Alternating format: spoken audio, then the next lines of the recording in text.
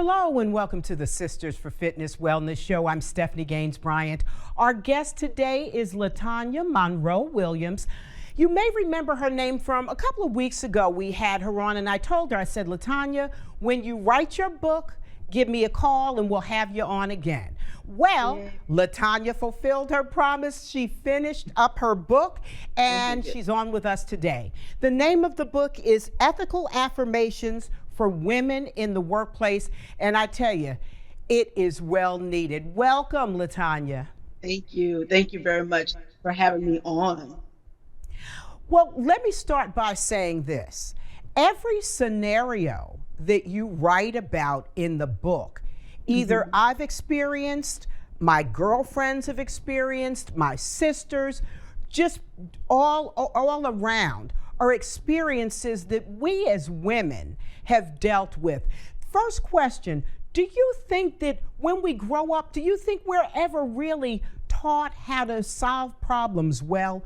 Are we given good problem solving skills? You know, I'm glad that you asked this question. I actually did an Instagram video about preparing the next generation for the workplace. And I'm not sure if that's something that's either taught in school or in the home of being prepared to deal with ethical and unethical behavior. Some things that we learn, as we go, we acquire those interpersonal skills, we acquire, some of those key foundational skills that we need to be able to problem solve. And so we do need to start having those conversations in the home prior to entering the workplace, because some of those things can take you by surprise. You know, a lot of times our response to certain situations, the first response may be anger. Yes. So one of the things I see you advise before reacting is just something as simple as breathing. Why is that important? Breathing gives you time for the brain to kind of catch up with what's going to come out of your mouth. And so when we breathe, that actually gives us a moment. It gives us a time to reflect, to kind of calm down from what we've just heard. And, a lot of times when things are being said to us, the first response is rage. It is, I'm upset at this moment. It is that fight response. It is that defense mechanism. And sometimes breathing will let you also know everything isn't a big deal. Some things that we hear, some things that are said to us, they can be resolved. They can be resolved ethically and in a very professional manner. And a lot of times, if we just take that moment to process what was said, it's not as bad as you think, or the person's response is not what you think it's going to be. Sometimes the situation isn't as large as we make it out to be. Have you found that? I have. And one thing I do want to add to that is, our response, breathing and pausing, it gives us a moment to take ownership of our own actions. Because remember, we're only responsible for ourselves. We're not responsible for someone else. And so me pausing and me breathing, me taking that moment just to kind of, bring it all the way down if needed, it gives me a moment to be in control. It gives me a moment to be in control of my own response and how I'm going to respond at any given moment. A lot of times, too, especially with African American women, we're always kind of thinking that we might be getting targeted for something. For example, one of the scenarios you give is someone being accused of using their work time for personal use, and how they're just feeling like they're having a hard time proving that this didn't happen, and the boss is automatically saying, yes, you did this. How can you be smart in that type of situation where you're being accused of something that you did not necessarily do, and what can you do to stop that from happening again? I will say this, and I say this in my book quite often throughout the book, is one, we need to know our rights in the workplace. I tell people it's always good to keep a well-documented journal and to keep it someplace safe.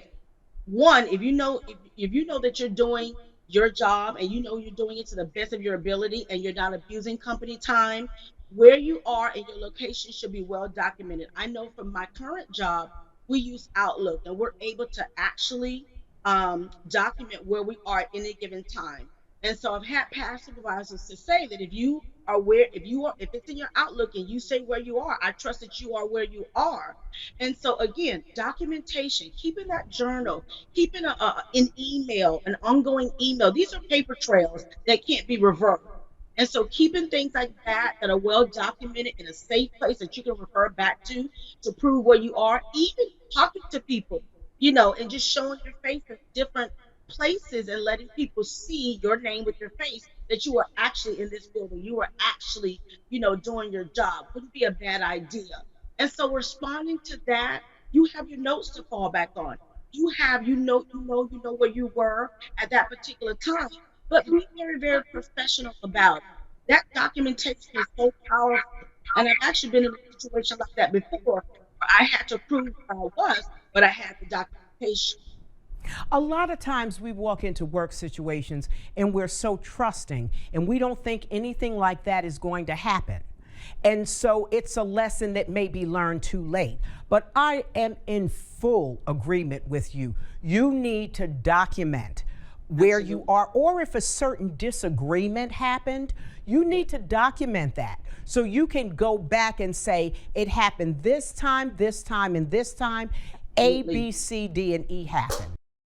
Absolutely. And also too, with that documentation, you're able to use that should something else ignite from it, or something else becomes a big deal.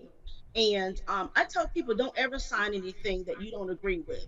If you don't agree with you being accused of not being where you say you were, or you're being accused of not abuse of company time, if you're being accused of that, you know what, documentation again is the key.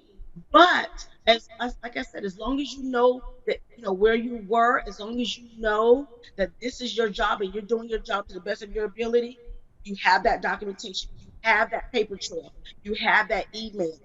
Sometimes we are being targeted, but again, we're in control of our own behavior. We're in control of our own action.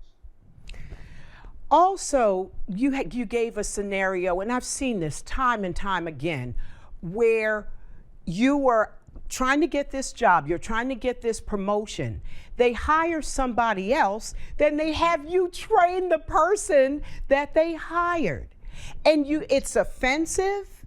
You feel like you're being used, and it's just a horrible feeling. How do you get through that? Where you were up for this job, they give the job to somebody else, and they ask you to train that person.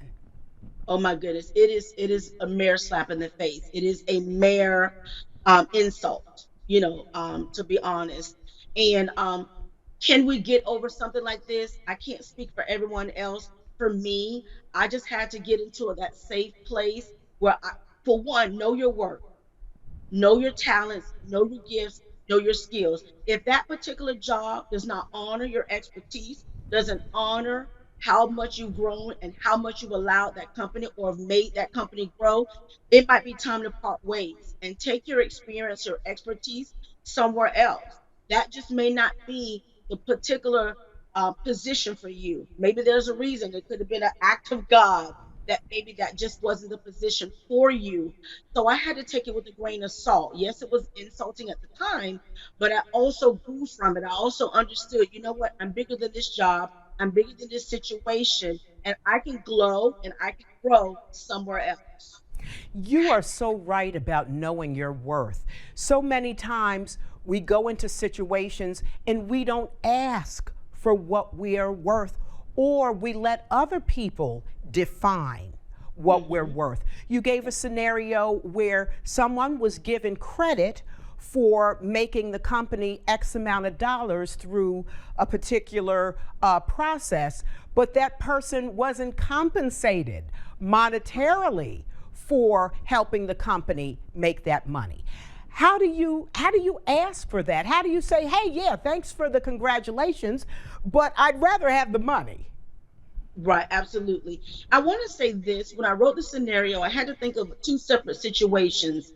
One, a lot of times when we take jobs, it goes back to that excitement, and we don't really fully understand. that company's policy. We don't understand if that company rewards or provide monetary incentives for, let's say, you solving a company's a company's issue, or if you're saving the company millions of dollars. We don't understand that that's not defined. Now, companies have the power, they have the ability, they have the financial resources to compensate.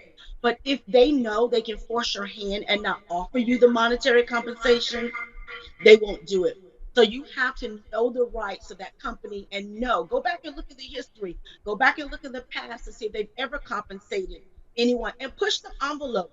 Be professional and stand up for what you believe. Nothing can hurt than you asking. There's no harm in asking. There's no harm in suggesting. There's no harm in you standing up for what you believe. You may be told no, but guess what? At least you left that office. At least you left that room standing firm on something you believe. And that's being paid for solving the company millions, thousands of dollars. Why not be compensated? Why not be compensated? Why is it that we as women have such a difficult time? Do you think it's just the way we're groomed? Why we have such a difficult time asking for what we're worth? A man can talk about himself all day and can tell you what his value is all day, but we just don't feel comfortable doing that. How do we get in that comfort zone? I say experience is the best is the best answer, or the best learner, I should say. And we have to start doing that, speaking up for our value, our worth, speaking up. And I look at it this way, Stephanie: if you are in school, and we know school is not expensive, college experience is not expensive, and if you are on a job and you're performing excellent, well, why not speak up? You went to school, you did the work, you had to show up for school, you had to pass the exam, you had to pass the practical, you had to pass, all the tests. Why not speak up? That was your skills, that was your sweat, that was your hard labor, that was your sleepless night. Why not speak up for your work? Are we being taught to show this early on? Absolutely. We need to start the conversation about how to negotiate a salary, how to negotiate pay, how to negotiate your promotion. We need to start that conversation, because we need to understand that our work experience or our expertise has to fit the money. Show us the money. And I'm sure you've seen the statistics that African American women in particular make only, I think it's 67% of what white men earn for doing the same job. Absolutely. And it is a fact that we are not getting what we're worth, or we're not getting equal to what men are earning. Absolutely. And we as women, we have to start coming together and forcing those forcing that connectivity, where we start talking about it. It cannot be something that we can be a one person handle this alone. We need to start binding together. We need to start working together to change that. Right now, the power of social media is so prevalent now, and being able to push the envelope, push the pen, push policy, get together and changing some of this behavior, changing, you know, millions of Americans walked off their job because of similar situations like this. And it's time for we as women, specifically women of color, to start the conversation and to get in that office and change policy. You have to start speaking up. Because I found out people all over the world are speaking up for what they believe that's right. We have to start speaking up for equal, if not better pay. And you just mentioned they're calling it the Great Resignation. How, because of COVID, and this is one positive thing that has come out of this, people are kind of starting to see their worth. They're not staying at jobs and just taking anything anymore. They're saying, Right. hey, I can move on, have better working conditions, and make more money. So this is one of the positive things, and I hope that women take advantage of this Absolutely. to the highest degree. Take advantage of the fact that you've got options now. You've got a voice now that we never Yes. had before, or Yes. that we didn't recognize we had. Absolutely. If ever a time to do that, it would be now. Write your book, start your business, build a platform. Get out there, and if workplace won't honor and value your niche or value your expertise, you can start your own platform. And I'm telling you, millions of people are doing it all over the world. Small businesses, home-based businesses have skyrocketed. And that's because people are now fed up. People are saying, you know what?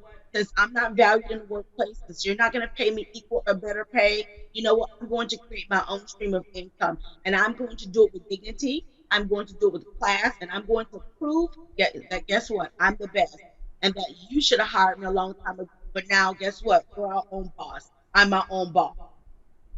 How do you deal with situations between coworkers? You give a scenario of a hair salon where a client didn't like her hairstyle and complained to another stylist. And the other stylist redid the client's hair instead of talking to the original stylist. And so it caused a conflict. One stylist apologized, the other didn't. Right. How do you deal with those type of controversies? And you got to see that person every day in the workplace. How do you resolve that? Sometimes you have to be professional without particularly loving your coworker. Absolutely. Absolutely. And I've been in scenarios like this before. And I will say this, I've made a lot of mistakes in this area, which prompt me to write the book. And so it came from a combination of my own personal failures and successes, my own personal ways that I responded ethically and unethically. And so I will say this, a nugget that I keep and hold true to myself is sometimes everything does not have to be resolved or confronted or addressed. I've learned that the hard way. Some things will work itself out on its own. However, when you have an opportunity to respond ethically or handle things professionally, you should. But make sure you do them with class, make sure you confront, and make sure that you don't do it open. Do it in a very, very professional way where you pull the person to a side. And remember, don't accuse, you ask questions. So asking questions, it gives the person a little bit more cushion, a little bit more time to think because you're not directly coming at them and saying you did this, even though you know they did something, even though you know they breached the relationship, even though you know they breached a workplace policy. Some things are just a no-no. Some things we do have to confront and address. But again, I see it done so many times the wrong way. And so addressing it again, don't accuse, ask questions. And that way you can keep that open communication, that open dialogue. Everyone isn't as um as workable, professional. Everyone they do not have that openness to work together or build those team relationships, and be okay with that. You have to be okay that you can be the big, you can be the professional person. But remember, everyone isn't going to choose the ethical or the professional path. You know, all offices have politics. And one of the things that you have to decide too is how you deal with those politics. Do you take sides? If you've seen something at the office that was unethical, for example, at my other job, one big thing is the refrigerator.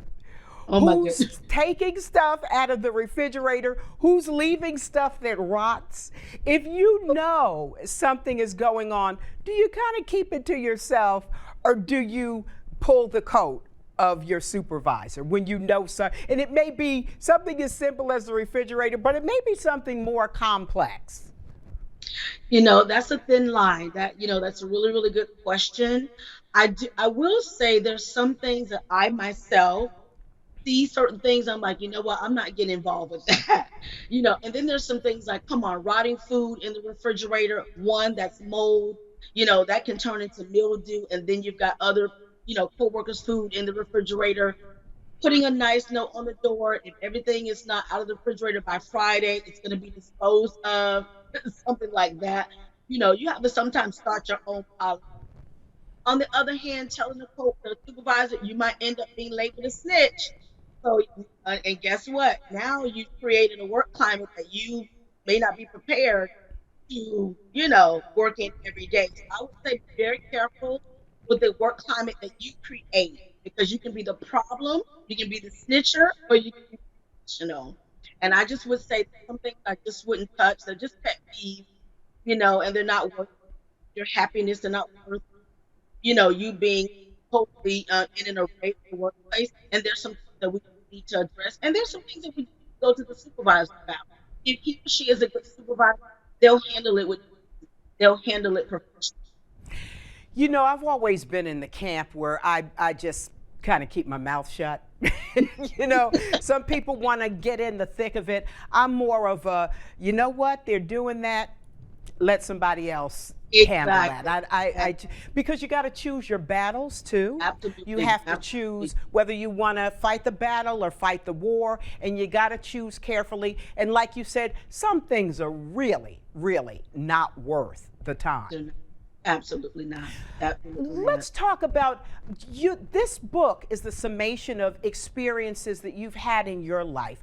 What would you say was the most profound, life-changing experience for you in the workplace? I think a combination of just being targeted, bullied, um, not being able to speak up for myself, coworkers coming to me crying, and trying to figure out, how do I master? How do I thrive in a work environment that has a combination of those experiences? How do I maintain who I am? How do I stand my ground as a quality professional and be successful and bring home my money? Because at the end of the day, it's about my livelihood, about your livelihood. And you cannot allow uh, your good job, specifically if you're making well over six figures, blah, blah, blah, blah, blah.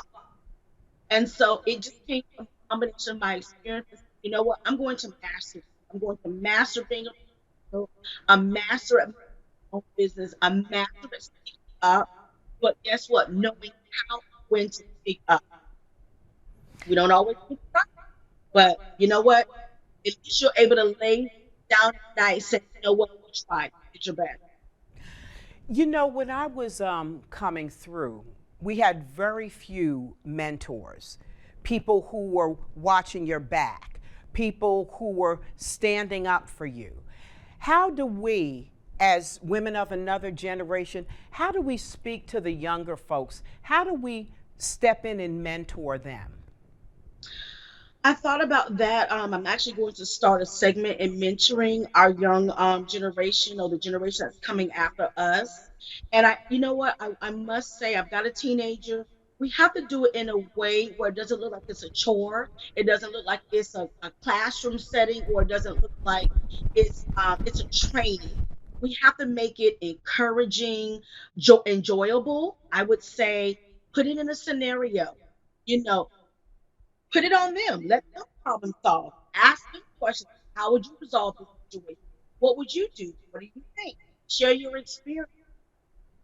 How would you handle this with the boss? Role play. Let one person be the boss and one person be the coworker.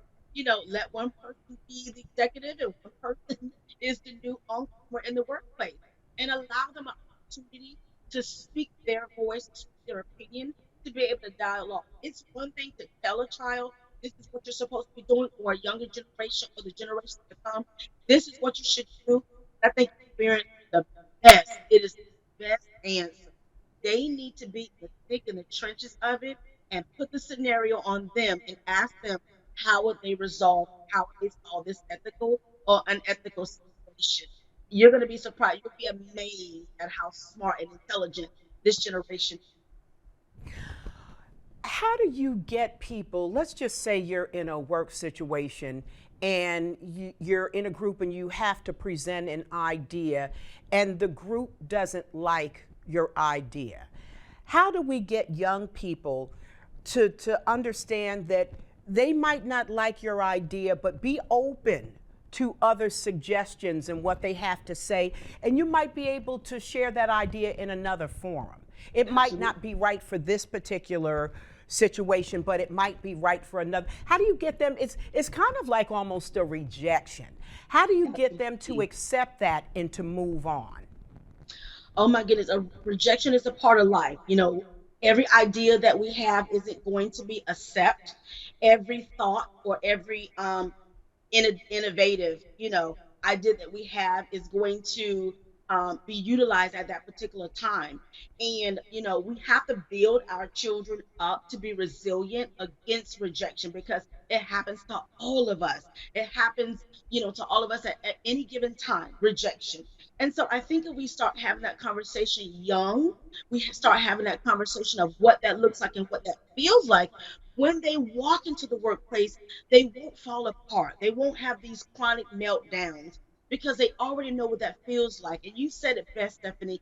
You said it almost feels like rejection, but guess what? We have to move on. Every idea isn't going to work at that particular time. And that's a scenario in the book is that, you have this idea, you want to change your policy in the workplace, and the staff, your team is saying the policy that's in place now, it's workable. Let's not change it. Because if we change it, guess what? It's going to put more work on us. And so even teaching our younger generation or the generation to come, learn how to problem solve and think things through before we make a suggestion. Think it through. Does this make sense? Is it going to save company time? Is it going to make our work easier? Is it going to save the company money? Is it going to save you money? So having those questions in the back of your mind and thinking very thoroughly, it kind of helps help to be well able to handle when your answer is not welcome at the time versus rejection. It's just that that's not an idea that we can use at this time, but we can table it for later. And sometimes we can't table it for later. We just can't use that thought right now. It won't work in this setting. It won't work in this workplace.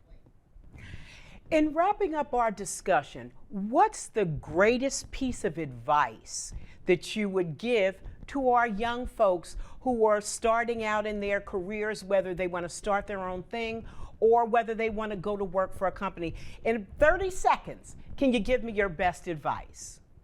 Take a class.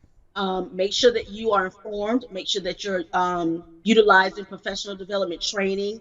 Make sure that you have an openness to hear what other people that have been doing it for years and years and years.